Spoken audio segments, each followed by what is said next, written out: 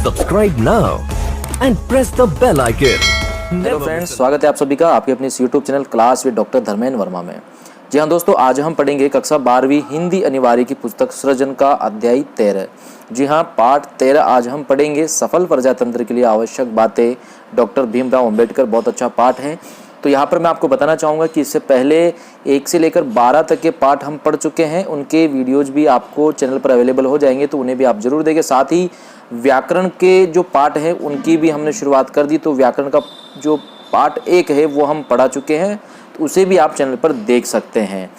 तो आज हम इस वीडियो में अगला पाठ यानी कि अध्याय 13 पढ़ेंगे। चलिए शुरुआत करते हैं। उससे पहले मेरी आपसे रिक्वेस्ट है, यदि आपने अभी तक चैनल को सब्सक्राइब नहीं किया तो प्लीज़ चैनल को सब्सक्राइब जरूर कर ले, साथ ही बेल आइकन पर भी क्लिक कर ले ताकि और आने वाली अच्छी अच्छी वीडियोज़ के नोटिफिकेशन आपको मिलते रहे, उनका लाभ बेनिफिट आपको मिलता रहे। तो चलिए शुरुआत करते हैं। पाठ 13 सफल प्रजातंत्र के लिए आवश्यक बातें, डॉक्टर भीमराव अंबेडकर। चलिए लेखक परिचय हम देखते हैं।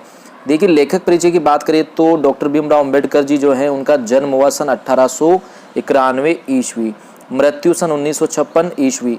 भारतीय संविधान के निर्माण में अभूतपूर्व योगदान देने वाले महान नेता डॉक्टर भीमराव अंबेडकर का जन्म मध्य प्रदेश के एक छोटे से गांव महू में हुआ। तो महू मध्य प्रदेश में इनका जन्म हुआ।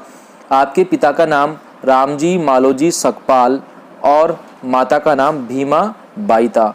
कई सामाजिक और वित्तीय बाधाओं का मुकाबला करते हुए शैक्षिक उन्नति करते रहे और डॉक्टरेट तक की उपाधि प्राप्त की। तो देखिए, डॉक्टरेट तक की उपाधि प्राप्त की और कई तरह की सामाजिक और वित्तीय बाधाओं का इन्होंने मुकाबला किया। उन्होंने जातिगत भेदभाव का डटकर विरोध किया। देखिए, डॉक्टर भीमराव अंबेडकर जी जो थे, उनको जीवन भर जो जातिगत भेदभाव है, छुआछूत है, उसका सामना करना पड़ा और उस दौरान जीवन भर इन्होंने जातिगत जो भेदभाव है उसका डटकर विरोध भी किया, सामना किया और समतामूलक समाज एवं प्रजातांत्रिक मूल्यों की स्थापना में विशेष योगदान दिया। स्वतंत्र भारत के प्रथम कानून मंत्री रहे तथा संविधान के प्रारूप को संसद में स्वीकृत करवाया। तो देखिए, डॉक्टर भीमराव अंबेडकर जी स्वतंत्र भारत के प्रथम कानून मंत्री भी रहे और संविधान के प्रारूप को इन्होंने संसद में स्वीकृत करवाया। इनकी प्रमुख कृतियों की यदि बात करें तो देखिए, the caste in India, their mechanism, genesis and development, the untouchables, who are they, who are the Shudras, Buddha and his Dhamma, thoughts on linguistic states, the problem of the rupee, the abolition of provincial finance in British India, the rise and fall of the Hindu women, annihilation of the caste आदि ये इनकी प्रमुख कृतियाँ हैं, पुस्तकें हैं। इनका संपूर्ण वाङ्मय भारत सरकार के कल्याण मंत्रालय द्वारा बाबा साहब अम्बेडकर संपूर्ण वाङ्मय नाम से 21 खंडों में प्रकाशित हो चुका है। तो देखिए, इनका जो संपूर्ण वाङ्मय यानी कि संपूर्ण जो साहित्य है जो इन्होंने लिखा, तो वो बाबा साहब अम्बेडकर संपूर्ण वाङ्मय नाम से भारत सरकार के कल्याण मंत्रालय द्वारा 21 खंडों में प्रकाशित हो चुका है। ध्यान रखिएगा, 21 खंडों में। चलिए बढ़ते हैं आगे। अब देखते हैं पाठ परिचय। देखिए, लेखक परिचय हमने पढ़ा, अब हम पढ़ेंगे पाठ परिचय। तो पाठ परिचय की यदि बात करें तो पाठ्य पुस्तक में चयनित सफल प्रजातंत्र के लिए आवश्यक बातें। भाषण में डॉक्टर भीमराव अंबेडकर ने परिपक्व राजनीतिक मंथन और भारत में लोकतंत्र की मजबूती के लिए आवश्यक उपायों पर बेबाक विचार व्यक्त किए हैं। देखिए, ये जो पाठ है ये डॉक्टर भीमराव अंबेडकर साहब का एक भाषण है, भाषण का अंश इस पाठ में रखा गया है।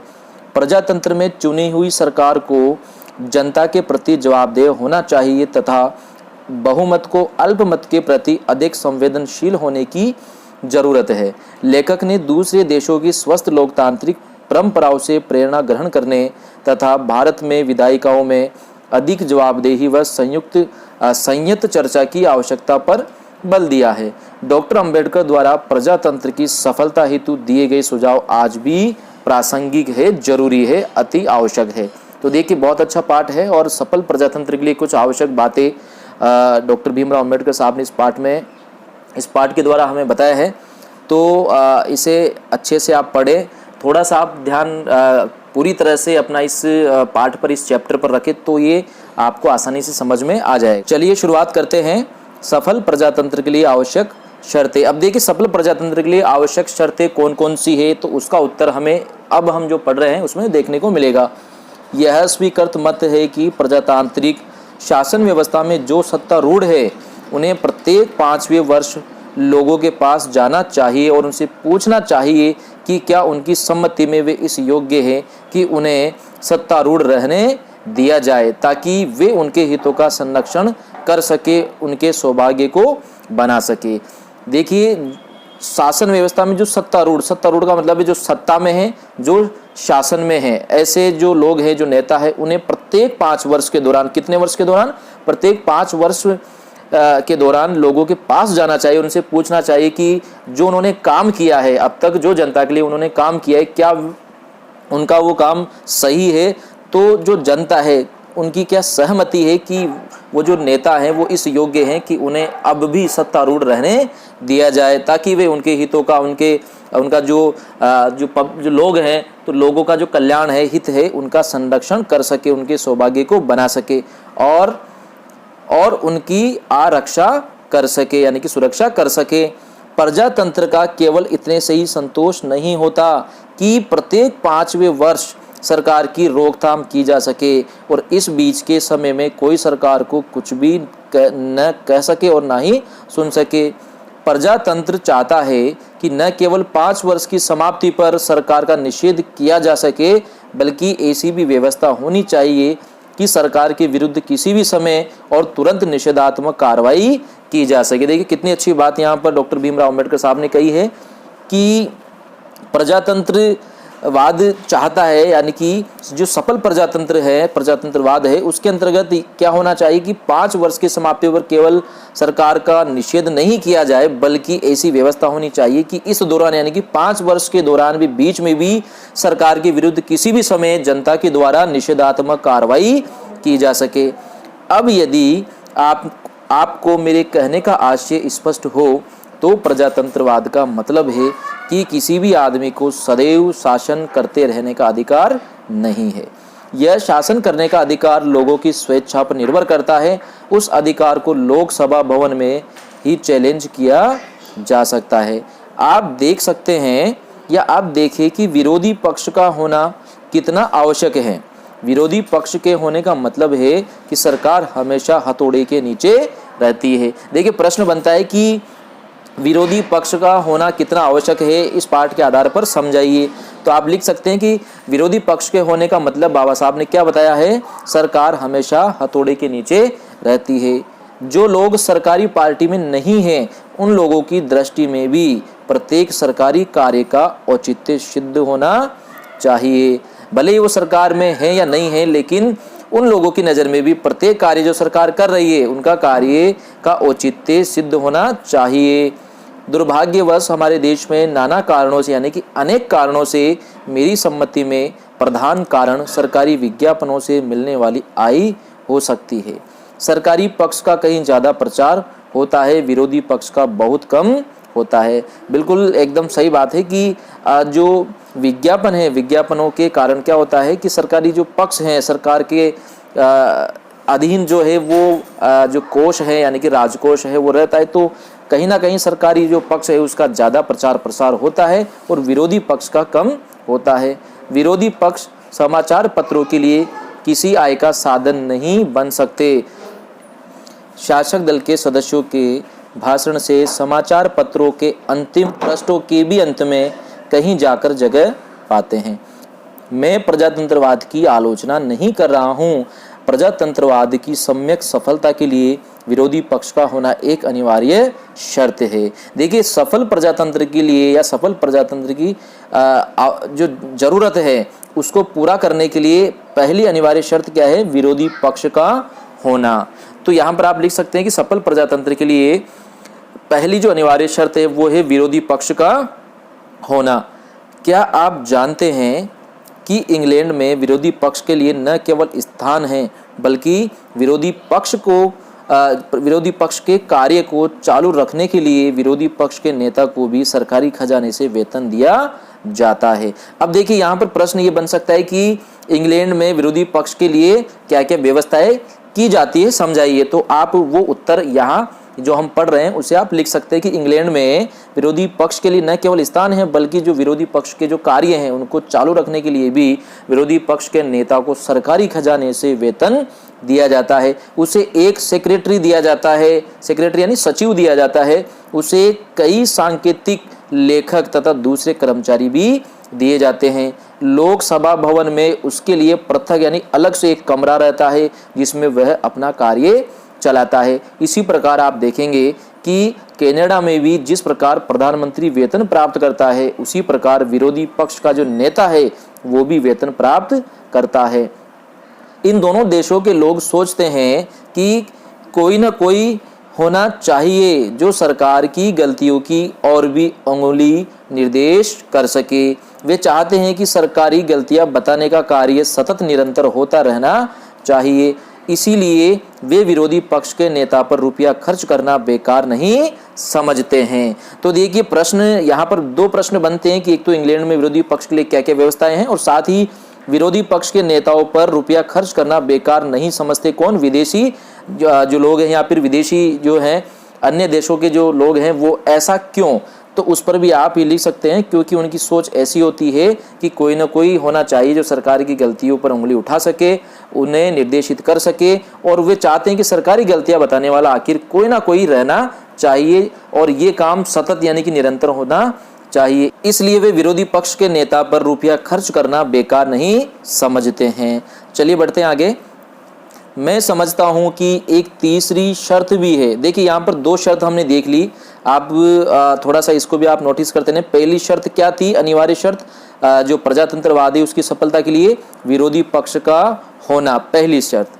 दूसरी शर्त यहाँ पर क्या बताई कि जो विपक्ष है यानी कि विरोधी पक्ष के जो नेता है उनके लिए भी व्यवस्थाएं की जाए, उनको वेतन दिया जाए, उनकी बैठने की व्यवस्था जो है विधानसभा में या लोकसभा में की जाए। तो इस तरीके से ये दूसरी शर्त हुई। और तीसरी शर्त देखिए यहाँ पर जो तीसरी शर्त है वो भी क्या है, प्रजातंत्र की सफलता के लिए पूर्ण आवश्यक है। वह यह है कि कानून तथा शासन की दृष्टि में सभी समान होने चाहिए। देखिए तीसरी जो शर्त बताए बहुत महत्वपूर्ण शर्त है कि प्रजातंत्र की सफलता के लिए क्या होना चाहिए, कानून तथा शासन की दृष्टि में सभी समान होने चाहिए। यद्यपि ऐसे छुटपुट अवसर गिनाए जा सकते हैं जहां कानून की समान दृष्टि नहीं रही है, तो भी मैं नहीं समझता कि इस समय मुझे कानून की दृष्टि में समानता के बारे में बहुत कुछ अधिक कहना चाहिए, लेकिन शासन की दृष्टि में समानता की बात महत्वपूर्ण है। देखिए कानून तथा शासन की दृष्टि में सभी समान होने चाहिए, चाहे वो कोई भी हो, एक आम आदमी हो या फिर कोई नेता हो, कोई मंत्री हो, सभी के लिए एक ही कानून एक ही नियम होने चाहिए। तो यहाँ पर ये जो बहुत अच्छी एक शर्त इन्होंने बताई है, प्रजातंत्र की सफलता के लिए कानून तथा शासन की दृष्टि में सभी समान होने चाहिए। तो देखिए आप में से बहुत से लोगों के लिए यह संभव है कि या तो ऐसी घटनाएं याद कर सके या ऐसी घटनाओं की कल्पना कर सके जबकि शासनारूढ़ पार्टी अपनी पार्टी के सदस्यों के हित में ही शासन करती हुई प्रतीत हुई हो। कुछ भी हो, मैं इस प्रकार की कितनी घटनाएं याद कर सकता हूँ, क्योंकि देखिए बाबा साहब यहाँ पर डॉक्टर अंबेडकर साहब हैं वो ये कहना चाह रहे हैं कि जो सत्तारूढ़ पार्टी होती है वह अधिकांश देखा जाता है कि वह अपने सदस्यों के हित में ही शासन करती हुई दिखाई देती है, बल्कि जो विरोधी पार्टी के जो लोग होते हैं, जो विरोधी पार्टी के जो सदस्य होते हैं, कहीं ना कहीं उनके विरोध में काम करती हुई शासनारूढ़ पार्टी हमें दिखाई देती है। तो कुछ भी हो, मैं इस प्रकार की कितनी ही घटनाएं याद कर सकता हूं। और आप कल्पना करें कि एक कानून है जो कहता है कि कोई भी आदमी बिना लाइसेंस के किसी भी विशेष वस्तु का व्यापार नहीं कर सकता है, क्योंकि कानून सबके लिए एक समान है, इसलिए कोई भी उस कानून पर आपत्ति नहीं उठा सकता। उस कानून विशेष में कहीं कुछ भी पक्षपात नहीं है। लेकिन हम एक कदम और आगे जाते हैं और देखते हैं कि जब कोई आदमी किसी अफसर या मंत्री के पास किसी वस्तु विशेष का व्यापार करने के लिए लाइसेंस मांगने जाता है, मैं नहीं जानता लेकिन लगता है कि एकदम संभव है कि मिनिस्टर सबसे पहले क्या करेगा, तो देखिए मिनिस्टर जो है वो सबसे पहले क्या करेगा, उसकी टोपी की ओर देखेगा। यानी कि जो व्यक्ति उस वस्तु विशेष के लाइसेंस के लिए मंत्री से मिलने गया, नेता से मिलने गया, तो वह मंत्री या नेता सबसे पहले उसकी टोपी की ओर देखेगा कि वह किस रंग की टोपी पहने हुए हैं। यदि वह ऐसी टोपी पहने हुए हैं कि जो उसे अच्छी लगती है, तो उसे निश्चय हो जाता है कि वह उसकी ही पार्टी का आदमी है। यानी कि उसने वो टोपी पहन रखी है जो उसकी पार्टी की है, तो वह आदमी उसको अच्छा लगेगा, क्योंकि उसे पता चल जाएगा कि यह मेरी ही पार्टी का आदमी है। अब एक दूसरा आदमी जाता है जो दूसरी तरह की पोशाक पहने हुए या दूसरी पार्टी का है, वह मिनिस्टर पहले आदमी को लाइसेंस दे देता है, लेकिन दूसरे को इनकार कर देता है। तो शासन की दृष्टि में दोनों आदमी लाइसेंस लेने के समान रूप से अधिकारी है। किसी सुविधा विशेष का दिया लिया जाना एक छोटी सी बात है और इसका प्रभाव संभवतः थोड़े से लोगों पर ही पड़ता है। अब हम एक कदम और आगे बढ़े और देखें कि जब ऐसा भेदभाव शासन में प्रविष्ट हो जाता है तब क्या होता है। तो देखिए शासन में जो भेदभाव है उसका एक उदाहरण, बहुत अच्छा उदाहरण यहाँ पर हमें लेखक ने दिया है। बाबा साहब जो अम्बेडकर जी हैं, उन्होंने एक बहुत अच्छा उदाहरण दिया है। तो किस तरीके से शासन में भी भेदभाव किया जाता है, यानी कि अपनी पार्टी के लोगों का काम किया जाता है जबकि दूसरी पार्टी के जो लोग हैं उनका काम नहीं किया जाता है। तो ये क्या है, यदि ऐसा किया जाता है, शासन में भेदभाव किया जाता है, असमानता की भावना रखी जाती है, तो कहीं ना कहीं प्रजातंत्रवाद के लिए यह घातक है या नुकसानदेह है। अब देखिए, मान लीजिए कि किसी पार्टी के किसी सदस्य ने कोई अपराध किया है, उसके विरुद्ध काफ़ी गवाही है, यानी कि उसके विरुद्ध जो है गवाह भी काफ़ी हैं, उस पर मुकदमा चल रहा है। अब उस इलाके में उस पार्टी का मुखिया मजिस्ट्रेट के पास जाता है और जाकर के कहता है कि इस आदमी पर मुकदमा चलाना ठीक नहीं है क्योंकि यह पार्टी का आदमी है। या आगे बढ़कर यह भी कहता है, यदि आप मेरी बात नहीं मानेंगे तो मैं इस बात की सूचना मिनिस्टर को दे दूंगा और यहाँ से आपका तबादला अन्यत्र करा दूंगा। आप कल्पना कर ही सकते हैं कि इससे सारी शासन व्यवस्था में अव्यवस्था और आपाधापी का साम्राज्य हो जाएगा।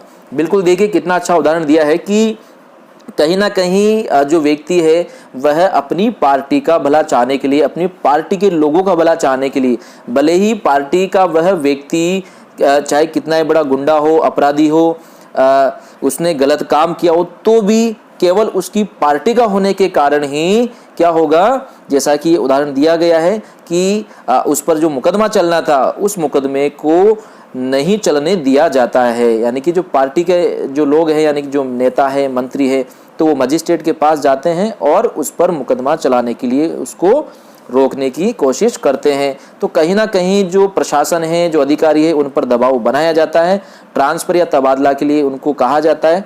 तो इससे क्या होगा, इससे सारी शासन व्यवस्था में अव्यवस्था उत्पन्न होती है और आपाधापी का साम्राज्य हो जाता है। किसी समय अमेरिका में यही हाल था। उस समय की शासन पद्धति विकृत पद्धति के नाम से प्रसिद्ध है। जब एक पार्टी शासनारूढ़ होती थी तो पहली पार्टी द्वारा नियुक्त सभी कर्मचारियों को उनके पदों से पृथक कर देती थी। यहाँ तक कि क्लर्क और चपरासियों तक को भी बाहर निकाल दिया जाता था। उन सब की जगह नई पार्टी के नए आदमी नियुक्त किए जाते थे। वास्तव में काफ़ी वर्षों तक अमेरिका में कहने सुनने लायक किसी भी तरह की शासन व्यवस्था नहीं थी। बाद में यह बात स्वयं उनकी समझ में आ गई कि प्रजातंत्रवाद के हित में यह ठीक नहीं है। उन्होंने इस विकृत पद्धति को बदल दिया है। तो यहाँ पर देखिए लेखक ने उदाहरण दिया है कि अमेरिका में उस समय की जो शासन पद्धति थी वह विकृत पद्धति के नाम से जानी जाती थी। तो इसके बारे में आपसे प्रश्न पूछा जा सकता है, विकृत पद्धति यानी कि अमेरिका की जो विकृत पद्धति उसको समझाइए, उसमें क्या होता था। तो आप बता सकते हैं कि अमेरिका में जो विकृत पद्धति थी तो उसमें एक पार्टी जब शासन में आती थी तब पहली पार्टी से पहली की जो पार्टी के नियुक्त कर्मचारी थे उनको पृथक कर दिया जाता था उनके पदों से। यहाँ तक कि जो क्लर्क और चपरासी थे उनको भी बाहर निकाल दिया जाता था और जो नई पार्टी आती थी उस पार्टी के आदमियों को या व्यक्तियों को नियुक्त किया जाता था। तो इस तरीके से काफ़ी वर्षों तक अमेरिका में ऐसी व्यवस्था चल रही थी। बाद में उनको महसूस हुआ कि सफल प्रजातंत्र के लिए ये ठीक नहीं है। इस प्रकार उन्होंने विकृत पद्धति को आखिर में बदल दिया। तो ये आप लिख सकते हैं, ताकि शासन व्यवस्था शुद्ध बनी रहे, न्याय संगत रहे और राजनीति से दूर रहे, इसलिए इंग्लैंड के लोगों ने राजनीतिक कार्यालय और सिविल कार्यालय में भेद कर दिया। सिविल कर्मचारी स्थायी रूप से बने रहते हैं, कोई भी पार्टी शासनारूढ़ हो, यह सभी पार्टियों की आज्ञानुसार कार्य करने वाले होते हैं। इनके कार्य में कोई मिनिस्टर हस्तक्षेप नहीं करता। जब हमारे देश में ब्रिटेन के लोगों का शासन था तो यहाँ भी यही बात प्रचलित थी। मुझे स्पष्ट रूप से एक अनुभव याद आ रहा है जो मुझे उस समय हुआ जब मैं गवर्नमेंट ऑफ इंडिया का मेंबर था। देखिए, लेखक जब गवर्नमेंट ऑफ इंडिया के मेंबर थे तब उनके साथ एक वाकया हुआ, वो उनको याद आ रहा है। आप ध्यान देंगे तो आप देखेंगे कि लगभग हर वाइसराय के नाम दिल्ली में कोई न कोई स्ट्रीट या क्लब है। ऐसे एक ही वाइसराय या गवर्नर जनरल है जिनके नाम पर कोई स्ट्रीट या कोई दूसरी संस्था नहीं है, और उस गवर्नर जनरल का नाम है लॉर्ड लिनलिथगो। उसका प्राइवेट सेक्रेटरी मेरा मित्र था। उस समय पब्लिक वर्क्स डिपार्टमेंट मेरे पास था और ऐसे बहुत से काम थे जो मेरी देखरेख में हो रहे थे। वह आया और धीरे से मुझे कहा, मेरे प्रिय डॉक्टर, क्या आप लॉर्ड लिनलिथगो के नाम पर किसी संस्था या कार्य का नामकरण नहीं कर सकते? उसने कहा, यह बुरी तरह खटकता है कि सभी का नाम है, केवल उनका ही नाम नहीं है। तो देखिए, प्रश्न बन सकता है कि जो गवर्नमेंट ऑफ इंडिया के मेंबर थे बाबा साहब, उस समय वाइसराय थे और प्रत्येक वाइसराय के नाम से दिल्ली में न कोई स्ट्रीट या क्लब था, लेकिन एक गवर्नर जनरल या वाइसराय थे जिनके नाम से कोई स्ट्रीट या संस्था नहीं थी। उनका नाम क्या है?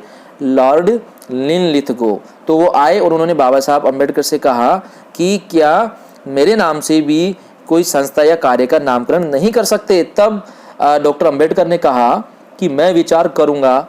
उन दिनों मैं जमुना के ऊपर एक बांध बनवाने पर विचार कर रहा था ताकि गर्मी के मौसम में दिल्ली के लोगों को पानी का कष्ट नहीं हो, क्योंकि गर्मी के दिनों में नदी सूख जाती है। मैंने अपने सेक्रेटरी को, जिसका नाम H.C. प्रायर था और जो एक यूरोपियन था, कहा, प्रायर महाशय, वाइसराय के सेक्रेटरी ने मुझे यह बात कही है, क्या तुम समझते हो कि इस संबंध में हम कुछ कर सकते हैं? क्या आप समझते हैं कि उसने उत्तर दिया होगा? उसका जवाब था, यानी कि बाबा साहब अम्बेडकर ने जब अपने सेक्रेटरी से पूछा, तो देखिए उसने क्या जवाब दिया, महोदय, हमें ऐसा कुछ भी नहीं करना चाहिए। आज मुझे लगता है कि किसी का ऐसा उत्तर देना असंभव प्राय है।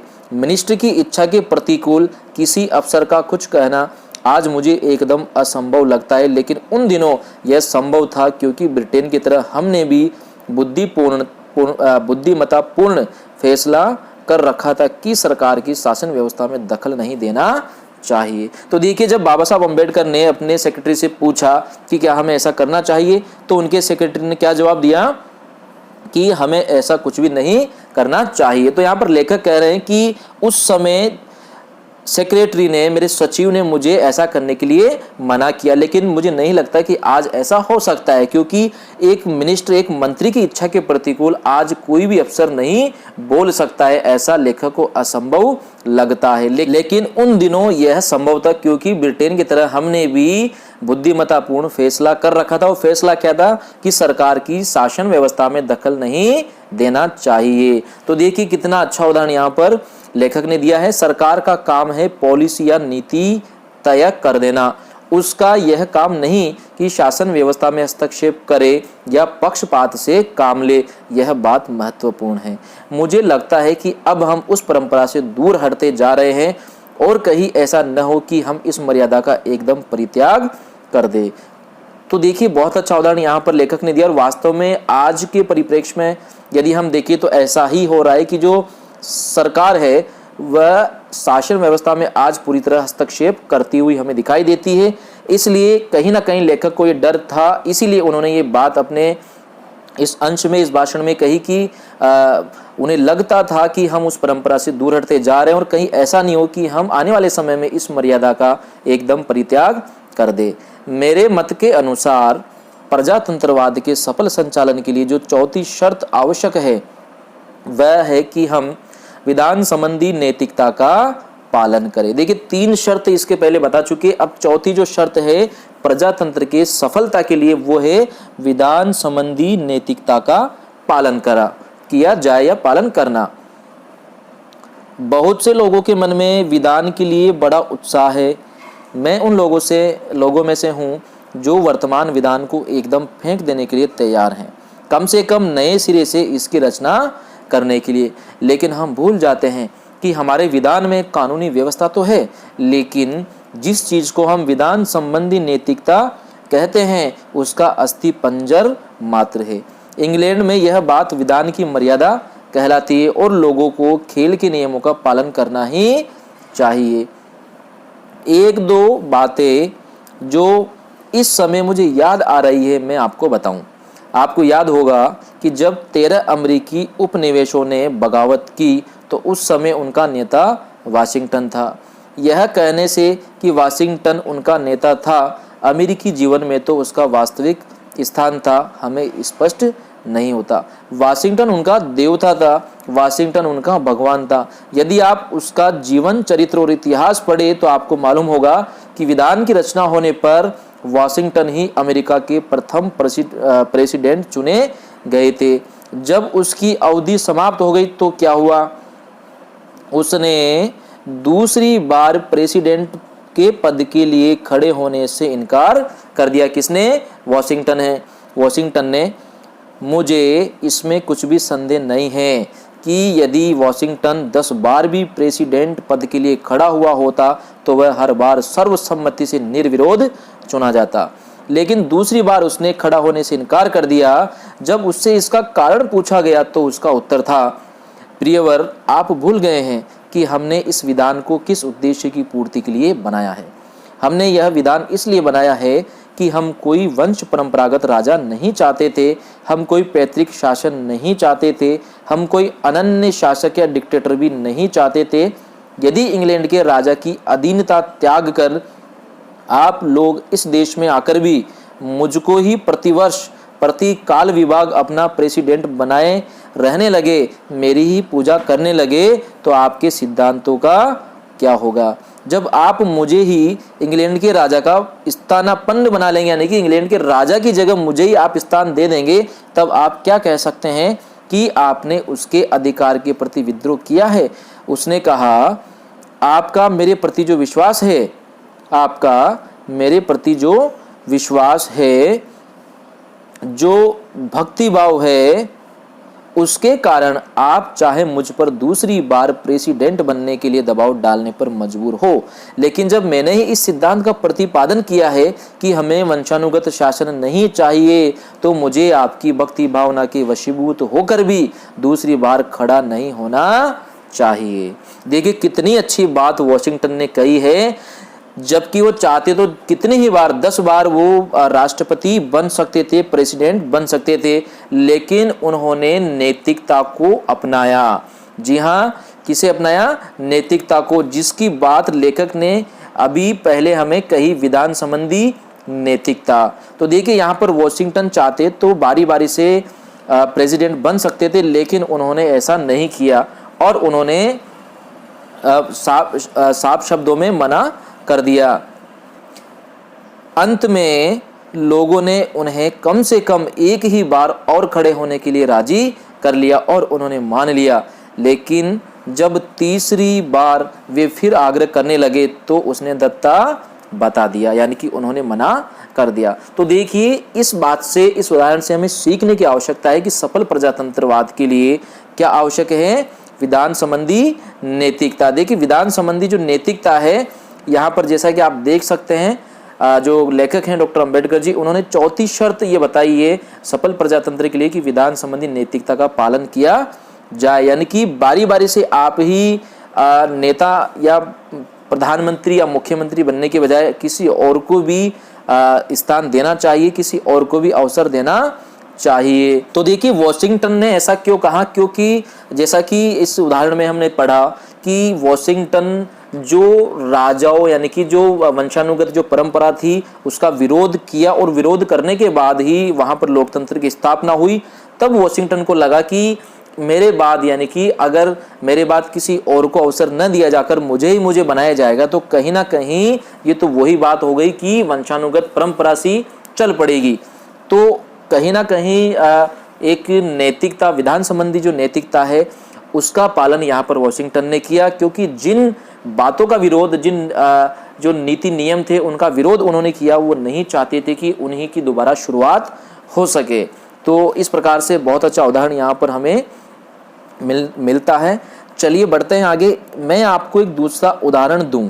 आप 8वें एडवर्ड ड्यूक ऑफ विंडसर को जानते हैं, जिनका संपूर्ण चरित्र क्रमशः टाइम्स ऑफ इंडिया में छपा है। मैं गोलमेज कॉन्फ्रेंस में गया था। उस समय वहां बड़ा भारी विवाद चल रहा था। प्रश्न यही था कि क्या राजा को अपनी पसंद की किसी सामान्य स्थिति की औरत से शादी करने का अधिकार है, जबकि वह यह भी नहीं चाहता कि वह औरत रानी मानी जाए, अथवा उसे इतनी भी व्यक्तिगत स्वतंत्रता नहीं है और उसे ऐसा करने के लिए सिंहासन का त्याग ही करना पड़ेगा। श्री बाल्डविन बादशाह के उस औरत से शादी करने का विरोधी था।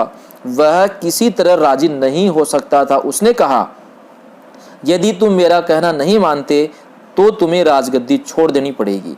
हमारा मित्र चर्चिल 8वें एडवर्ड का मित्र था। वह उसे उत्साहित कर रहा था। उस समय मजदूर दल विरोधी दल में था, उनका बहुमत नहीं था। मुझे अच्छी तरह याद है कि मजदूर दल ने इस बात पर गंभीरता से विचार किया था कि क्या यह अच्छा नहीं होगा कि इसी बात को लेकर श्री बाल्डविन को हराने की कोशिश की जाए, क्योंकि राजा के प्रति वफादार होने के कारण अनुदार दल के बहुत से लोग उनका साथ देने के लिए तैयार हो सकते थे। लेकिन मुझे याद है कि स्वर्गीय प्रोफेसर लास्की ने हेराल्ड में कई लेख लिखकर मजदूर दल के किसी ऐसे प्रयास की निंदा की। उन्होंने कहा, हमारी ये परंपरागत मर्यादा है कि बादशाह को प्रधानमंत्री की सलाह माननी ही चाहिए। यदि हम इस प्रश्न को खड़ा करके श्री बाल्डविन को हरा देंगे तो ऐसा करना हमारी गलती होगी, क्योंकि ऐसा करने से बादशाह को ही बल मिलेगा। मजदूर दल ने उनकी सलाह मानी और कुछ भी नहीं किया।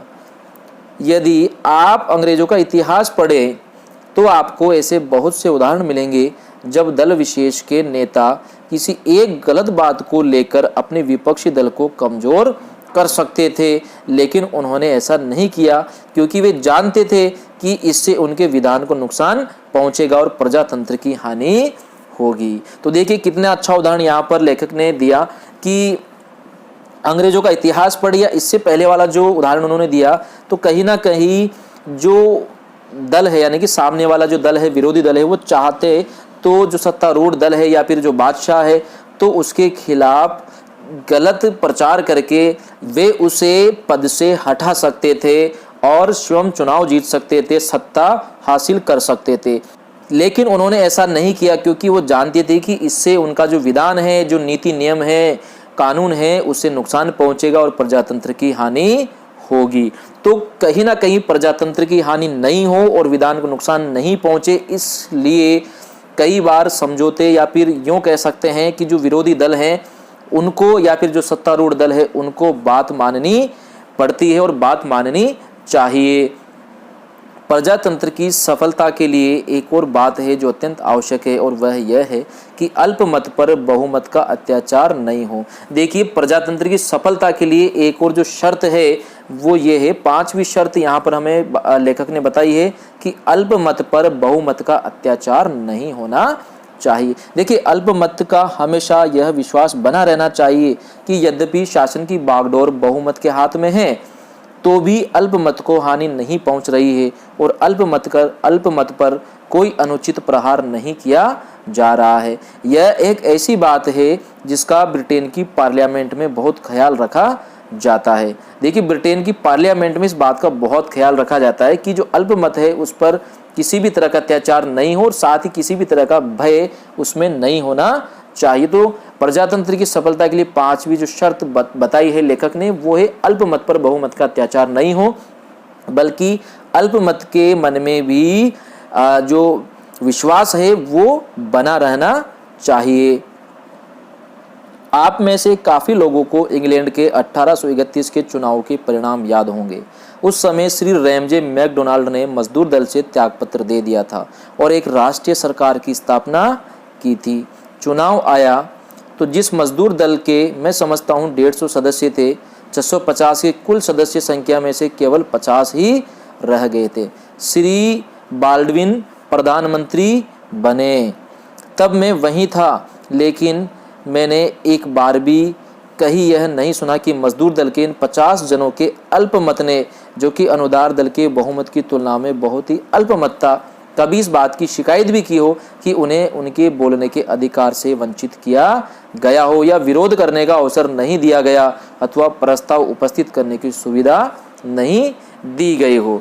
देखिए कितनी अच्छी बात की कि विदेश में जो व्यवस्थाएं हैं तो कहीं ना कहीं उन व्यवस्थाओं को देखते हुए हमें भी सुधार करने की आवश्यकता है यदि प्रजातंत्र की सफलता हम चाहते हैं। तो देखिए यहाँ पर लेखक ने उदाहरण दिया है कि जो इंग्लैंड में जो चुनाव हुए 1831 में, उसमें जब बाल्डविन प्रधानमंत्री बने तो विपक्ष में केवल 50 जनों का अल्पमत था, लेकिन कहीं भी ऐसी कोई शिकायत नहीं आई कि विपक्ष को बोलने का अधिकार नहीं दिया गया हो या उसे विरोध करने का अवसर नहीं दिया गया हो या प्रस्ताव उपस्थित करने की सुविधा नहीं दी गई हो। अब जरा आप अपनी पार्लियामेंट की ओर देखिए। देखिए अब अपनी पार्लियामेंट में क्या स्थिति है वो देखिए। यह जो विरोधी पक्ष के लोग लगातार निंदा का प्रस्ताव या कार्य स्थगित करने का प्रस्ताव लाते रहते हैं, मैं उसका समर्थन नहीं करता, लेकिन तब भी आपने इस बात की ओर ध्यान दिया होगा कि चाहे निंदा का प्रस्ताव हो या चाहे कार्य स्थगित करने का प्रस्ताव हो, शायद ही कभी किसी प्रस्ताव पर विचार विमर्श हुआ होगा। मुझे इससे काफ़ी आश्चर्य हो रहा है। जब मैं ब्रिटेन की पार्लियामेंट के वाद विवाद की रिपोर्ट पढ़ता हूं तो मुझे एक अवसर नहीं दिखाई देता जब अध्यक्ष ने किसी कार्य के स्थगित करने के प्रस्ताव पर विचार करने की अनुमति नहीं दी हो। अर्थात प्रत्येक बात पर वहां पर विचार किया जाता है, अनुमति दी जाती है और विपक्ष की प्रत्येक बात को महत्व दिया जाता है। हाँ, यदि सरकारी आज्ञा ही हो तो दूसरी बात है।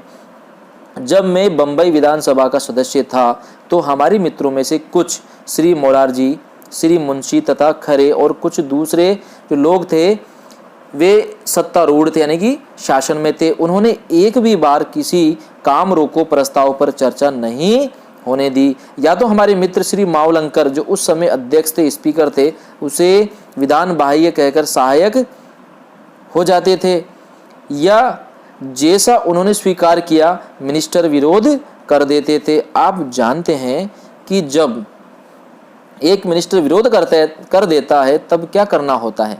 जब एक मिनिस्टर विरोध कर देता है तो भी आदमी काम रोको प्रस्ताव लाता है। उसमें जो भी नियमित संख्या होती है तदनुसार 30 या 40 हस्ताक्षर उपस्थित करने पड़ते हैं। यह हो सकता है कि यदि सरकार इस बात का निश्चय कर ले कि वह ऐसे सब काम रोको प्रस्ताव जो ऐसे लोगों की ओर से उपस्थित किए जाते हैं जो 4, 5, 6 जैसी अल्पसंख्या में लोकसभा के सदस्य हैं, तो अल्पमत रखने वाली जातियों या वर्गों को कभी भी ऐसा अवसर नहीं मिलेगा कि वे अपनी भावनाओं की अभिव्यक्ति कर सके।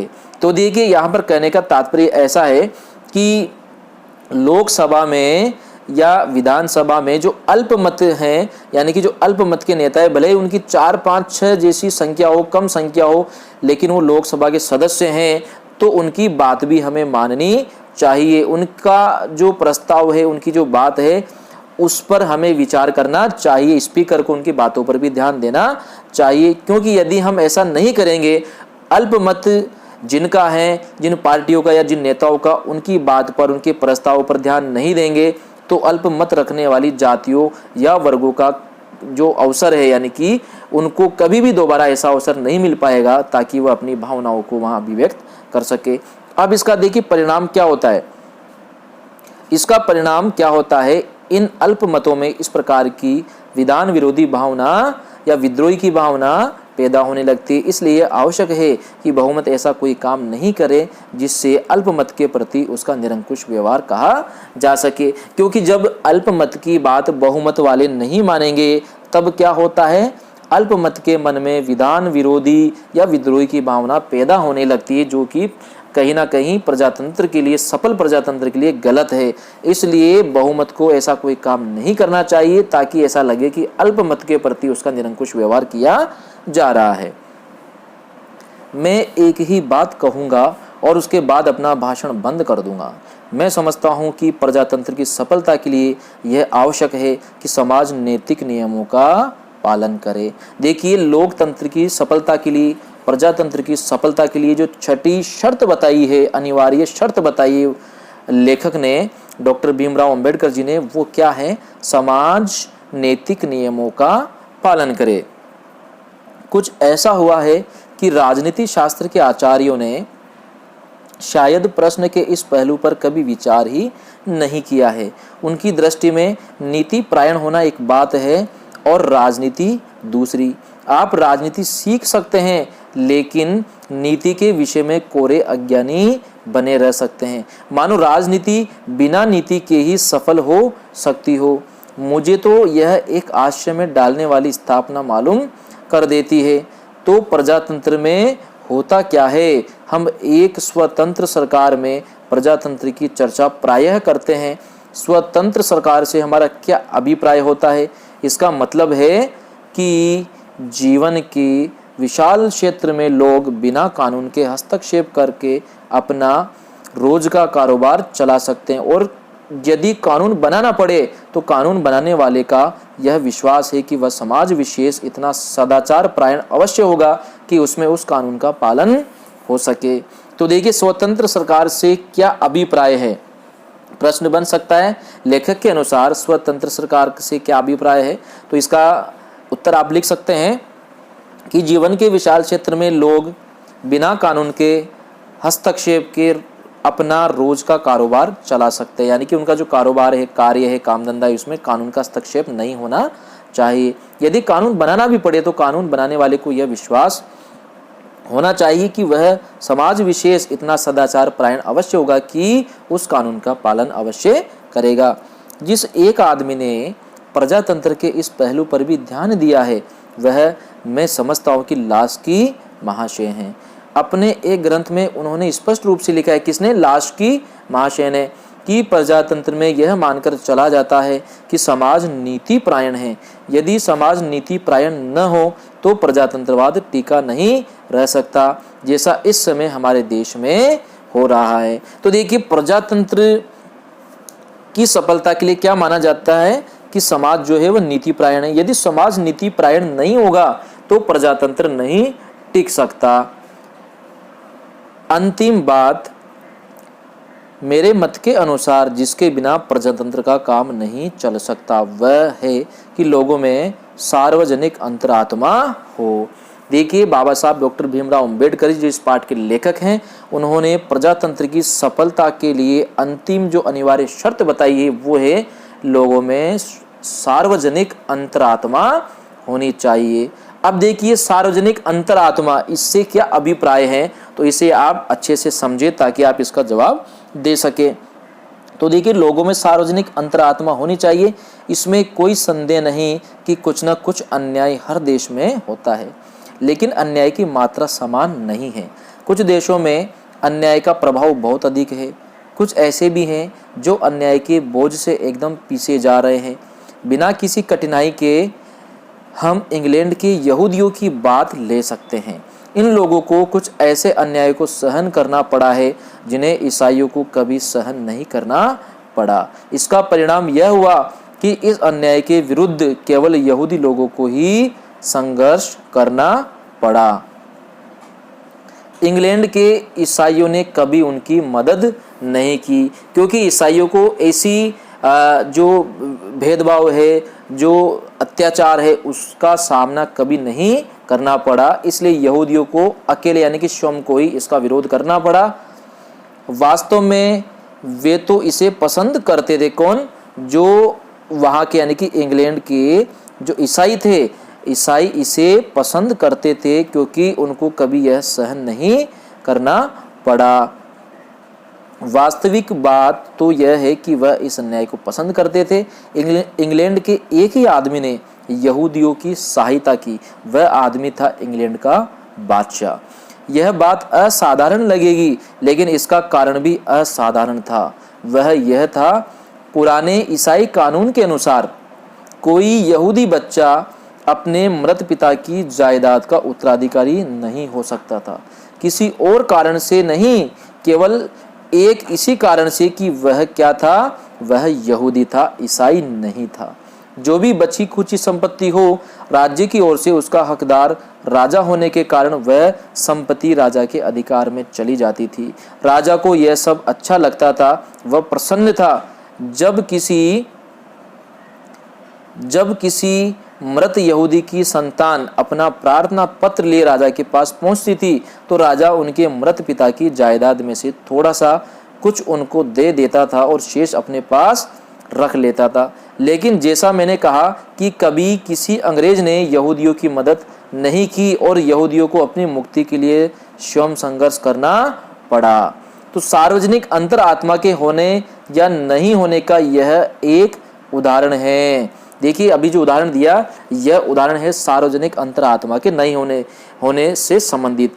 अर्थात लेखक का तात्पर्य है कि जो पीड़ा, जो दुख, जो भेदभाव यहूदियों ने झेला, तो यहूदियों को भी ईसाई जो वर्ग था वो यहूदियों के प्रति बिल्कुल सहायक नहीं था, यानी कि वो इस भेदभाव से और ज़्यादा खुश थे, ना कि दुखी। तो कहीं ना कहीं सार्वजनिक अंतरात्मा का अभाव वहाँ पर दिखाई दे रहा था, यानी कि जो ईसाई थे उनके मन में जरा सी भी दया या करुणा की भावना यहूदियों के प्रति नहीं थे। इसलिए जो ईसाई थे उन्होंने यहूदियों की बिल्कुल भी मदद नहीं की।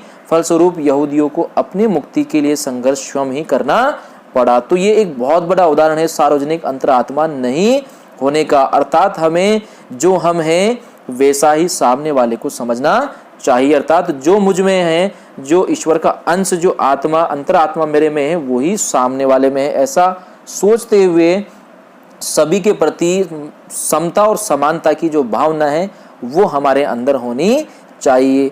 देखिए, सार्वजनिक अंतरात्मा, उस अंतरात्मा को कह सकते हैं। अब यहाँ पर देखिए, लेखक हमें सार्वजनिक अंतरात्मा के बारे में अच्छे से समझा रहे हैं, तो आप भी ध्यान दीजिए। सार्वजनिक अंतरात्मा उस अंतरात्मा को कह सकते हैं जो हर अन्याय को देखकर विचलित हो उठे। जब भी हमारे सामने कोई अन्याय हो रहा हो, गलत हो रहा हो, तो उसको देख करके हमारे मन में एक विचलन, एक पीड़ा, एक दुख, एक दर्द और गुस्से वाली भावना होनी चाहिए।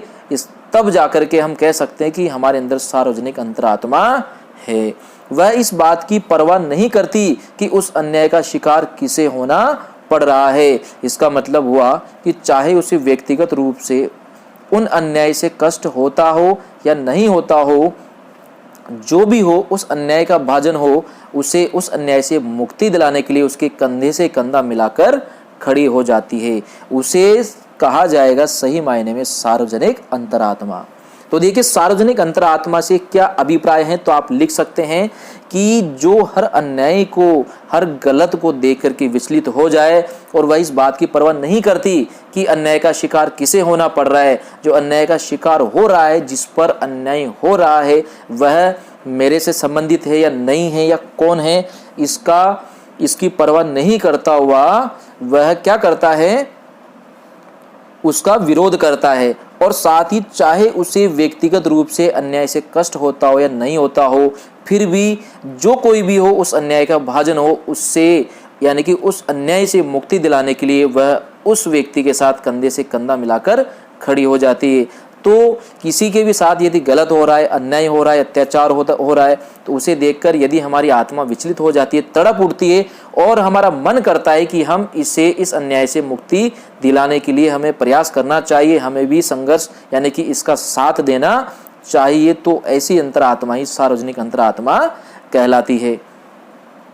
आप अफ्रीका का उदाहरण लें, एकदम ताजा उदाहरण।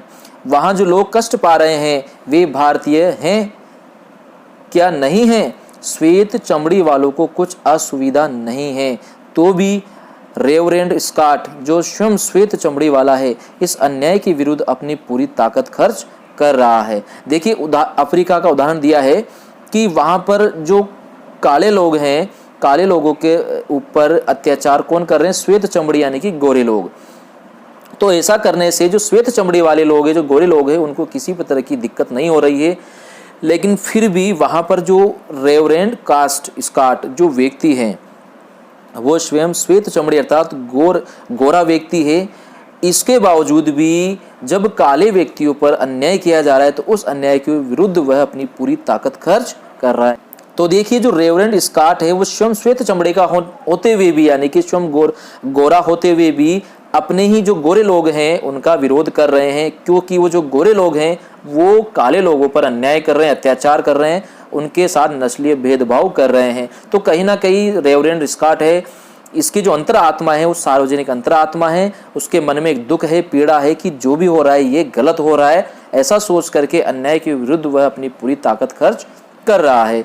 पिछले दिनों मैंने पढ़ा कि बहुत से लड़के लड़कियों ने जो स्वयं श्वेत जातियों के हैं भी दक्षिण अफ्रीका में भारतीयों के संघर्ष में भाग लिया है। यही सार्वजनिक अंतरात्मा है। देखिए, यहाँ पर व्यक्ति ये नहीं देखता कि जिस पर शोषण किया जा रहा है वो कौन है और शोषण करने वाला कौन है, चाहे वो अपने ही जाति या धर्म का क्यों ना हो, लेकिन यदि वह गलत कर रहा है, वह अन्याय अत्याचार कर रहा है तो वह गलत है, उसका हमें विरोध करना चाहिए। तभी वास्तविक रूप में सार्वजनिक अंतरात्मा हमारी कहलाएगी। मैं कोई ऐसी बात नहीं कहना चाहता कि आपको व्यर्थ चोट पहुंचे, लेकिन कभी कभी मैं सोचता हूं कि हम कितने भुलक्कड़ हैं। हम दक्षिण अफ्रीका की चर्चा करते हैं, मैं अपने मन में सोचता रहता हूं कि हम जो दक्षिण अफ्रीका की पृथक्करण की नीति के विरुद्ध इतना बायबेला मचाते हैं, जानते हैं कि हमारे हर गांव में दक्षिण अफ्रीका है। देखिए, कितनी अच्छी बात और मार्मिक बात यहाँ पर लेखक ने कही है, डॉक्टर भीमराव अंबेडकर साहब ने, कि हम भले ही दूसरे देशों में जो अन्याय अत्याचार होते हैं नस्ल के नाम पर या जाति या धर्म के नाम पर, तो हम उनकी चर्चाएं करते हैं, उस पर हाय तौबा मचाते हैं, बड़े बड़े भाषण देते हैं, लेकिन हम अपने ही देश में नहीं देखते हैं। यानी कि अपने देश में, अपने देश के भीतर जो हो रहा है उसको हम नहीं देख पा रहे हैं, क्योंकि हमारे हर गांव में दक्षिण अफ्रीका है। यानी कि जिस प्रकार दक्षिण अफ्रीका में काले लोगों पर गोरे लोग अत्याचार करते हैं, अन्याय करते हैं, भेदभाव करते हैं, उसी प्रकार आज भी हमारे देश के हर गांव में लोगों से जाति के नाम पर भेदभाव किया जाता है।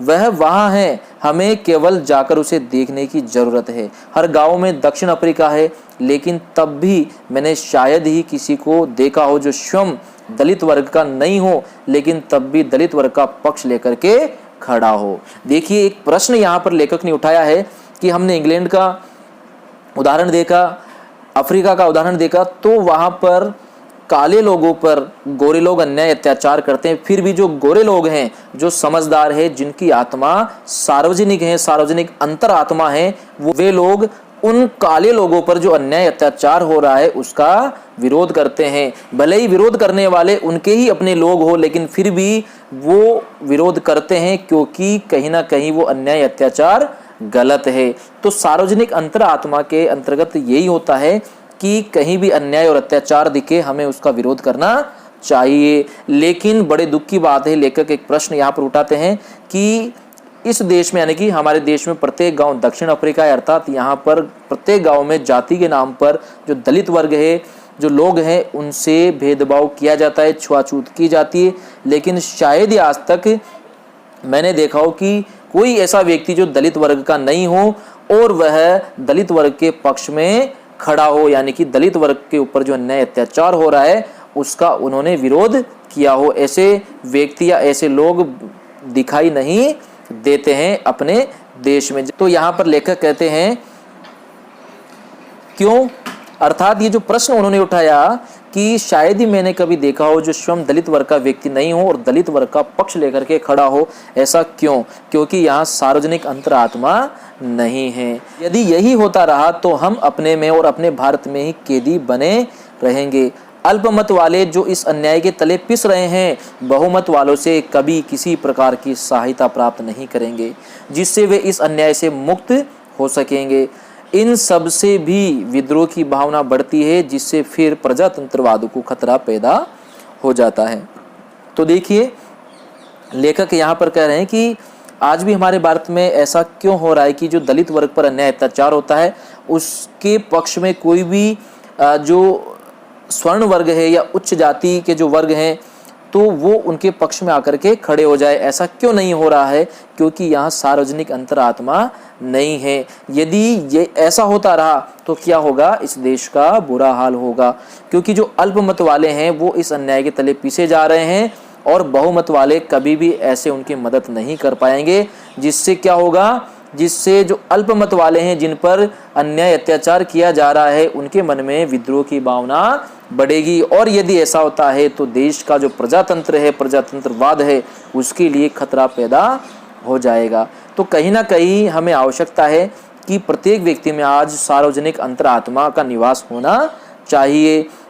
कहीं भी गलत हो रहा हो, अन्याय अत्याचार किसी पर हो रहा हो, तो हमें उसका विरोध करना चाहिए। चाहे अन्याय और अत्याचार करने वाला कोई भी हो, हमें उस गलत का, उस अन्याय अत्याचार का विरोध करना चाहिए।